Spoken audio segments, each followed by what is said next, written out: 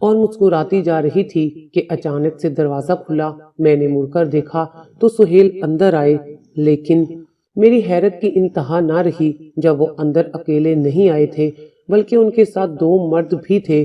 میں یہ منظر دیکھ کر تھوڑی سی پریشان ہو گئی تھی۔ ویسے تو سہیل کو اکیلے ہی آنا چاہیے تھا اور مجھے بالکل بھی اس بات کی توقع نہیں تھی کہ میرے شوہر کے ساتھ کوئی اور بھی اسی کمرے میں رات کے اس پہر داخل ہوگا۔ میں معاملے کو سمجھنے کی کوشش کر رہی تھی کیونکہ سہیل کی شکل بھی عجیب ہو رہی تھی اور اس کے پیچھے 2 مرد تھے، وہ بھی معنی خیز نظروں سے مجھے دیکھ رہے تھے۔ اسی لمحے میری ساس اندر آ گئی۔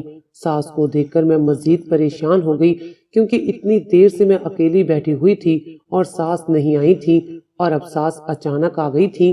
مسئلہ ساس کا یا شوہر کا یا کسی اور کا کمرے میں آنے کا نہیں تھا، لیکن ان کی شکلوں کے تاثرات مجھے کچھ الگ ہی لگ رہے تھے۔ سہیل کو دیکھ کر بالکل بھی ایسا نہیں لگ رہا تھا کہ وہ نیا دلہا ہے اور اس کو شادی کی کوئی خوشی ہے، اور مجھے دیکھ کر بھی سہیل کے چہرے پر کسی قسم کی کوئی مسکراہٹ نہیں آئی تھی، بلکہ اس کے چہرے پر عجیب قسم کی سختی تھی اور ان کے ماتھے پر شکن تھے۔ ان کے ساتھ جو 2 مرد تھے ان کے چہرے پر معنی خیز مسکراہٹ تھی اور میری ساس عجیب سی شکل بنائے مجھے دیکھ رہی تھی۔ میں نے اپنے شوہر اور اپنی ساس کی طرف سوالیہ نظروں سے دیکھا تھا۔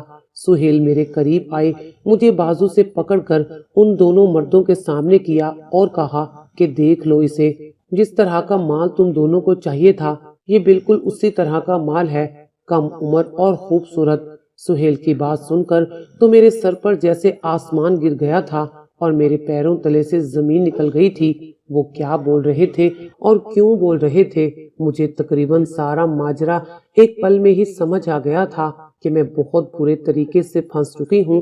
میں نے سہیل سے کہا کہ یہ آپ کیسی باتیں کر رہے ہیں؟ میں آپ کی بیوی ہوں، آپ کے نکاح میں ہوں، اور آپ کس قسم کے الفاظ میرے لیے استعمال کر رہے ہیں ان لوگوں کے سامنے جن کو میں جانتی بھی نہیں ہوں؟ میرا اتنا کہنا تھا کہ میری ساس نے آگے بڑھ کر میرے منہ پر ایک زوردار تھپڑ رسید کیا اور کہا کہ خبردار، اگر تم نے منہ سے ایک لفظ بھی نکالا تو میں تمہاری جان لے لوں گی۔ پہلے بھی میں تم پر بہت پیسہ خرچ کر چکی ہوں۔ پھر میری ساس نے ان دونوں مردوں سے کہا کہ مال تم لوگوں نے دیکھ لیا ہے، اب اس کی قیمت ادا کرو۔ وہ دونوں شخص بہت خوش نظر آ رہے تھے اور انہوں نے بہت سارے نوٹوں کی گٹھیاں میری ساس کے ہاتھ میں تھما دی تھیں۔ ان پیسوں کو دیکھ کر سہیل اور میری ساس کے چہرے پر چمک سی آ گئی تھی۔ میری ساس کمرے سے باہر چلی گئی اور سہیل نے کمرے کا دروازہ بند کر دیا اور پھر اپنی جیب سے ایک بڑا سا موبائل نکالا۔ انہی دونوں مردوں کو اشارہ کیا۔ وہ 2 لوگ کسی بھوکے شیر کی مانند مجھ پر ٹوٹ پڑے۔ یہ میری شادی کی پہلی رات تھی جسے میں یادگار بنانا چاہتی تھی، اور واقعی میں یہ رات میرے لیے ایک ناقابل فراموش رات بنتی جا رہی تھی۔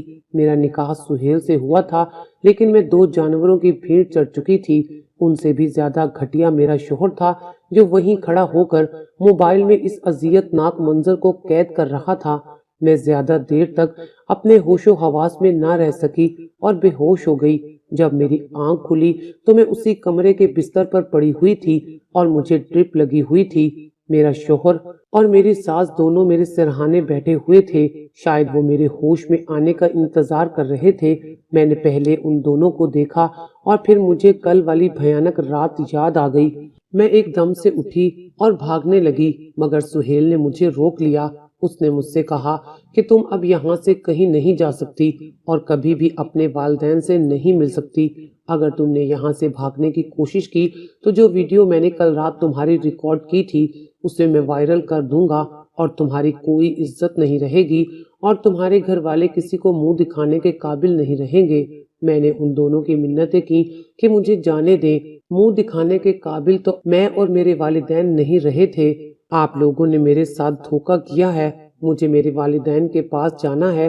میں معصوم سی بچی کی طرح رونے لگی، لیکن ان ظالموں کو ترس نہیں آیا۔ ان لوگوں نے میری طبیعت ٹھیک ہونے کا بھی انتظار نہیں کیا اور راتوں رات مجھے لے کر اس گھر سے روپوش ہو گئے۔ پیچھے میرے والدین مجھے ڈھونڈتے رہ گئے، لیکن سہیل اور اس کی ماں شاید کوئی بہت ہی پکے کھلاڑی تھے۔ وہ دونوں یہ کھیل کھیل رہے تھے یہ ایک رات کی بات نہیں تھی، اس کے بعد تقریباً ہر رات ہی مجھ پر اس طرح کی قیامت ٹوٹتی تھی۔ میں سہیل کو احساس دلانے کی کوشش کرتی تھی کہ میں اس کی بیوی ہوں، اس نے مجھ سے نکاح کیا ہے۔ سہیل خود بھی میرے پاس آتا تھا اور پھر مجھے دوسرے لوگوں کے پاس بھی بھیجتا تھا، اور میری ساس خوب پیسے کما رہی تھی۔ میری ساس نے مجھے کہا کہ کافی عرصے سے ہمارا یہ دھندا بند ہوا پڑا تھا کیونکہ کوئی بیوقوف پارٹی ہمارے ہاتھ ہی نہیں آ رہی تھی، لیکن تمہارے ماں باپ تو بہت ہی لالچی نکلے، جنہوں نے صرف پیسہ دیکھ کر بنا کوئی چھان بین کیے تمہیں ہمارے حوالے کر دیا۔ اب تم نے ساری زندگی ہمیں کما کر دینا ہے۔ میرا تو صدمے سے برا حال تھا۔ میں نے ساس سے کہا کہ میں آپ لوگوں کا پیٹ پالوں گی، میں کوئی نوکری کر لوں گی، لیکن مجھ سے یہ کام نہ کروائیں۔ اگر آپ لوگ چاہیں تو میں ساری زندگی اپنے والدین سے نہیں ملوں گی اور کسی کو کچھ نہیں بتاؤں گی، بس آپ لوگ مجھے عزت کی زندگی دو۔ میں سڑک پر جا کر بھیک مانگنے کے لیے بھی تیار ہوں۔ آپ کو پیسہ چاہیے، میں آپ کو پیسہ کما کر دوں گی، مگر میرے ساتھ یہ ظلم نہ کریں۔ میری بات سن کر میری ساس زور زور سے ہنسنے لگی۔ اس نے کہا، اس سے ہمیں اتنے پیسے نہیں ملیں گے جتنے تمہارے حسن سے ہمیں مل سکتے ہیں۔ تم ہمیں بس اتنا پیسہ کما کر دو کہ ہم یہ ملک چھوڑ کر فرار ہو جائیں، اس کے بعد تم جو چاہے کر لینا، تم آزاد ہوگی، بس ہمارے فرار ہونے تک ہمیں پیسہ کما کر دو۔ ساس کی بات سن کر تو مجھے بہت تکلیف ہوئی تھی۔ اگر میں کبھی اس قسم کا کام کرنے سے انکار کرتی تو سہیل مجھے اتنا مارتا کہ میرے جسم پر نیل پڑ جاتے، اور مجھ سے یہ تکلیف برداشت نہیں ہوتی تھی، اور ساس مجھے بھوکا پیاسا کمرے میں بند کر دیتی۔ میں ان دھمکیوں سے نہیں ڈرتی تھی، میں چاہتی تھی وہ مجھے جان سے مار دیں تاکہ اس ذلت بھری زندگی سے میری جان چھوٹ جائے۔ لیکن ایک چیز جو مجھے خوفزدہ کر رہی تھی وہ میری نازیبا ویڈیو تھی جو سہیل نے میری بنا رکھی تھی۔ اس نے کہا تھا کہ وہ اسے انٹرنیٹ پر وائرل کر دے گا۔ صرف یہی ایک خوف تھا جس کی وجہ سے میں یہ کام کرنے پر مجبور تھی، کیونکہ اگر یہ چیز انٹرنیٹ پر وائرل ہو گئی تو میرے خاندان کی بہت بدنامی ہوگی۔ میرے والدین کسی کو منہ دکھانے کے لائق نہیں رہیں گے، ان کو پتہ بھی نہیں ہے کہ میرے اوپر کون سی قیامت ٹوٹی ہے۔ وہ ضرور مجھے تلاش کر رہے ہوں گے، لیکن اگر میرے شوہر نے میری ویڈیو انٹرنیٹ پر وائرل کروا دی تو وہ پھر میری تلاش بند کر دیں گے۔ ہو سکتا ہے کہ میرے والد اپنی جان دے دیں۔ میں چاہتی تو بہت آسانی سے یہاں سے بھاگ سکتی تھی، لیکن یہاں سے نہ بھاگنے کی صرف وجہ وہ ویڈیو تھی۔ اگر میں یہاں سے بھاگ جاتی تو میرے پیچھے یہ لوگ میری ویڈیو انٹرنیٹ پر وائرل کر دیتے۔ اس بات کی تصور سے میری روح ہی کانپ جاتی تھی، کیونکہ میرے ساتھ اچھا تو اب بھی نہیں ہو رہا تھا، لیکن دنیا نہیں دیکھ رہی تھی کہ میرے ساتھ کیا ہو رہا ہے۔ لیکن جس دن یہ سب دنیا کے سامنے آ گیا اس دن سب ختم ہو جائے گا۔ ویڈیو دیکھنے کے بعد سب لوگ یہی کہیں گے کہ میں اپنی مرضی سے یہ سب کچھ کر رہی ہوں۔ میں اپنے مرنے کی دعائیں کرنے لگی تھی۔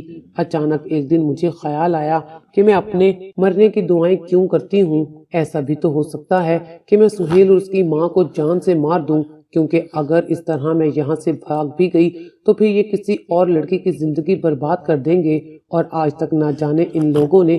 میں نے فیصلہ کر لیا تھا کہ میں سہیل اور اس کی ماں کو ختم کر دیتی ہوں تاکہ یہ قصہ ہی ختم ہو جائے۔ مجھے طرح طرح کے خیالات آنے لگے تھے۔ میں اپنے ذہن میں منصوبہ سازی تیار کر رہی تھی کہ میں کس طرح سے ان کو موت کے گھاٹ اتار سکوں گی۔ کبھی میں سوچتی تھی کہ ان کو زہر دے دوں، لیکن میرے پاس تو زہر ہی نہیں تھا۔ میں بس سارا دن ان دونوں کو مارنے کے طریقے سوچتی رہتی تھی۔ ایک رات سہیل سو رہا تھا، میں نے سوچا کہ یہیں پر ہی اس کا خاتمہ کر دوں اور پھر اس کی ماں کا بھی خاتمہ کر دوں۔ سہیل گہری نیند میں تھا اور خراٹے لے رہا تھا۔ میں نے تکیہ اٹھایا اور اس کے منہ پر پوری قوت سے رکھ دیا۔ دم گھٹنے کی وجہ سے سہیل کی آنکھ کھل گئی تھی اور مجھے احساس ہو چکا تھا کہ میں اس قدر کمزور ہوں، یہ کام نہیں کر سکتی تھی۔ میرے سامنے سہیل ایک طاقتور مرد تھا۔ اس نے ایک جھٹکے سے مجھے دور پھینک دیا اور پھر مجھے جانوروں کی طرح مارنے لگا۔ میری آواز سن کر میری ساس نیند سے جاگ گئی اور میرے کمرے میں آئی تو دیکھا کہ سہیل مجھے برے طریقے سے مار رہا ہے۔ میری ساس نے اس کو روک دیا اور کہا کہ اگر یہ مر گئی تو پھر ہمارا کاروبار بند ہو جائے گا، پھر دوبارہ دوسری پارٹی ملنا بہت مشکل ہے۔ تم اچھی طرح سے جانتے ہو کہ ہمیں جلد از جلد اس ملک سے فرار ہونا ہے، اور یہ اس وقت سونے کا انڈا دینے والی مرغی بنی ہوئی ہے۔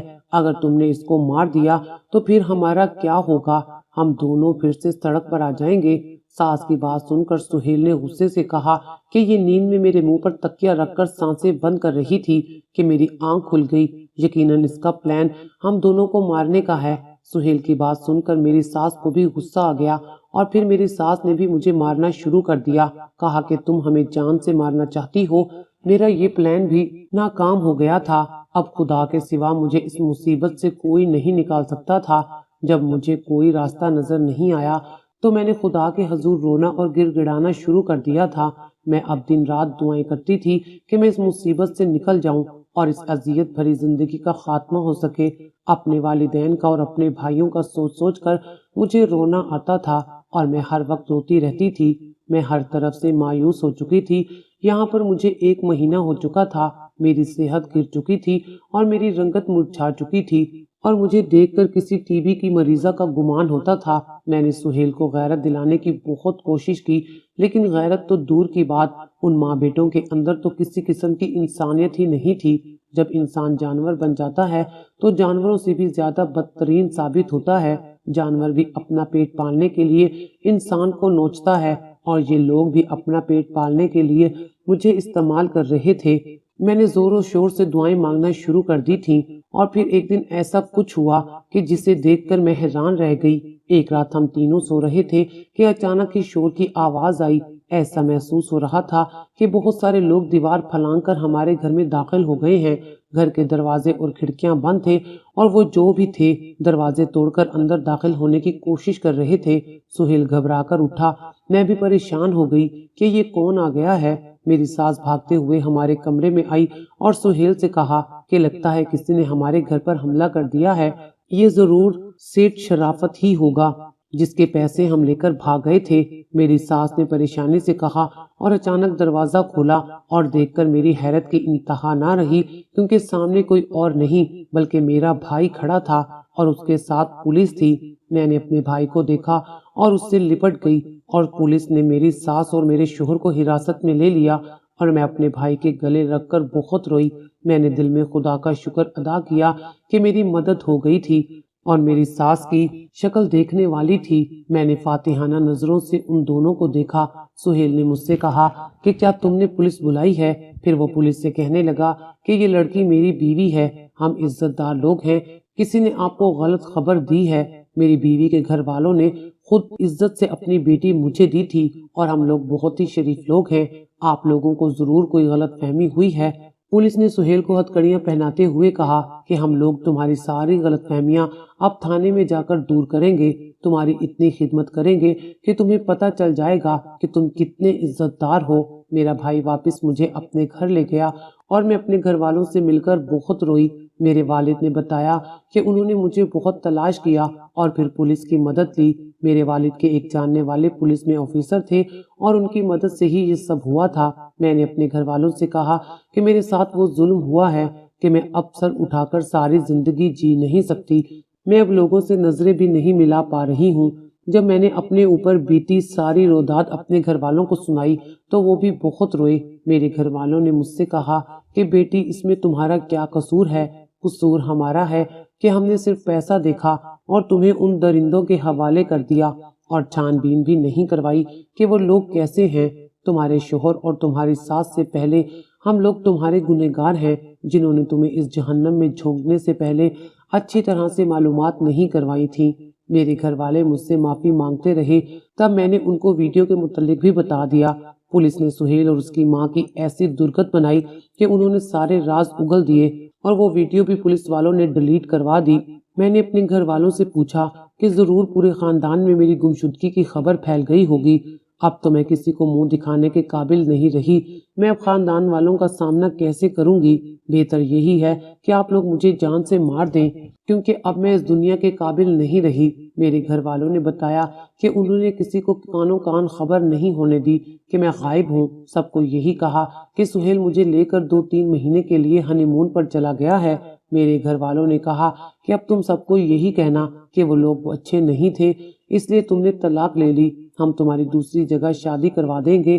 میں نے ان سے کہا کہ میں اب کبھی بھی شادی نہیں کروں گی، میرا دل شادی سے اٹھ چکا ہے، مجھ پر جو قیامت ٹوٹی ہے آپ لوگ اس کا اندازہ بھی نہیں کر سکتے۔ سہیل سے خلا لینے کے بعد کافی عرصے تک تو میں نے خود کو کمرے میں بند کیے رکھا۔ میرا ہر چیز سے دل اٹھ چکا تھا۔ پھر میں نے سوچا کہ اس طرح پڑے رہنے سے بہتر ہے کہ میں اپنی زندگی انسانیت کے لیے وقف کر دوں۔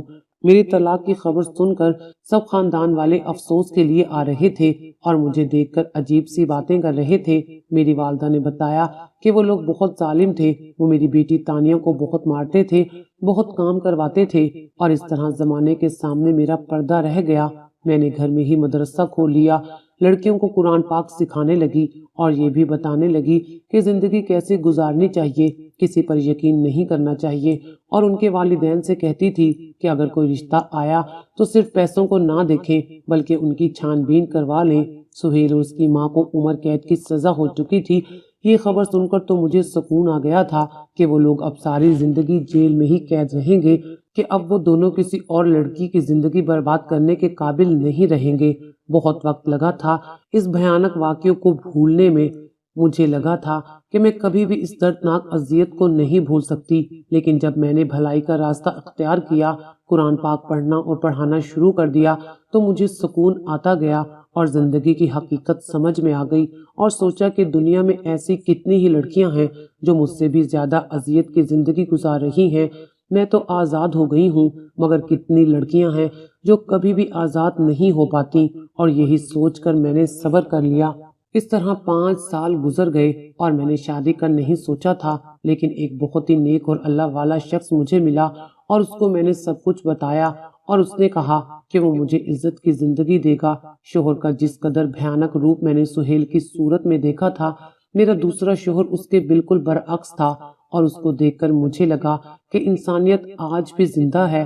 صرف پیسہ ہی سب کچھ نہیں ہوتا، شرافت ہی سب کچھ ہوتی ہے، اور اگر کوئی شریف انسان ہو اور وہ بھلے غریب ہی کیوں نہ ہو، اس کا ہاتھ تھام لینا چاہیے۔